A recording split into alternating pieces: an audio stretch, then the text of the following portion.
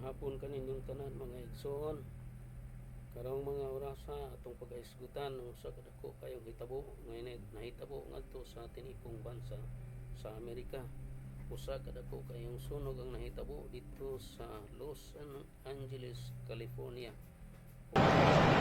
Large wildfires continue to ravage Los Angeles, particularly the Palisades and Eaton fires, causing historic damage.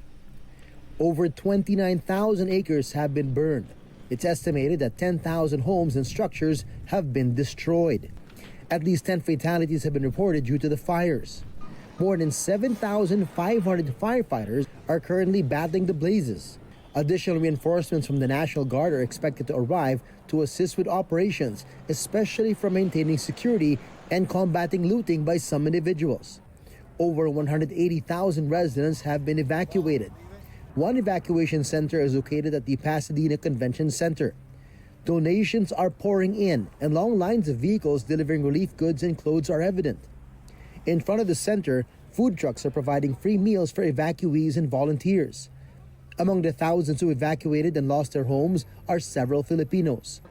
Caregiver and working student Wendy Remoso, who cares for an elderly couple in Altadena, was forced to evacuate when the fire got dangerously close to their home. Hindi po kami agad na rescue kasi busy lahat ng mga bombero. At that time po, hindi agad kami nakuha gawa po ng kalagayan ng inaalagaan ko. Hindi po siya makasakay doon sa fire truck. Kasi hindi po design na walang rampahan. 80-year-old retired security guard Bert Mernelo, who used to work in the Philippines, was shocked by the strong winds that fueled the fire. Paglabas namin doon, kita nyo na. Nakita na namin yung apoy, malapit na. Malis na yung asawa ko tsaka yung anak niya. Ako nagpaiwan. Bumalik ako, tinigil ako. He eventually gave up trying to water down his house, which was later engulfed by the fire. Even though the fight against the wildfires is not yet over, accusations and complaints from residents have already started. In a press conference on Thursday morning, Los Angeles Mayor Karen Bass emphasized that they will investigate where and how they fell short. When we are safe, when lives have been saved and homes have been saved, we will absolutely do an evaluation to look at what worked, what didn't work. Smoke has also spread across the city, worsening the air quality in almost all of Los Angeles. Normal clear day, you can see the hills of Pacific Palisades from here, in this hill in Culver City, but because of the smoke from the Palisades fire, and you see the smog covering those hills, and there's actually smog covering most of the skyline of LA and Century City and Santa Monica, because it's combined with the smoke and the smog coming from the Eaton fire, which is over in the north of Culver City. So we're seeing this today, and we're probably going to see this kind of air quality for the next few days here.